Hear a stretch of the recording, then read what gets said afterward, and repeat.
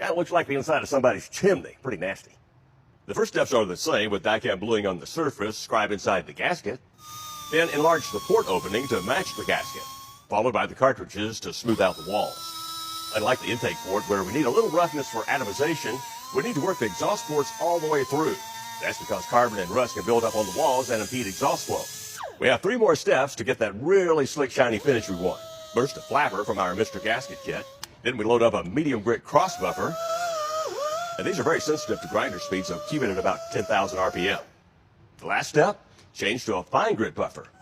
We apparently don't need it, but you can use WD-40 as a lubricant to help the buffer give a final finish. Well, now let's flip it over and work on the combustion chamber side. Again, you got to be careful not to touch the valve seat. Here's where we need a more pointed carbide bit just to get into the crevice between the wall and the valve guide. Then smooth it out with cartridge roll before buffing and polishing. The combustion chambers also need that near mirror finish for a couple of reasons. First, the carbon deposits, but also to get rid of sharp edges that could cause pre-ignition. Now, before you jump in with the grinder, though, here's an important tip.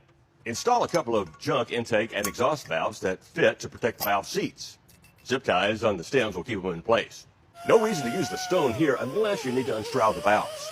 Start with a cartridge roll to smooth the edges where the chamber meets the deck. The most important thing to remember in combustion chamber work is remove as little material as possible. Every bit of metal you take away increases chamber displacement and reduces compression ratio, which also reduces power. Before you put that grinder away, though, check your water jackets. Ours are okay, but if you got deposits left in here, you can improve cooling by getting rid of it.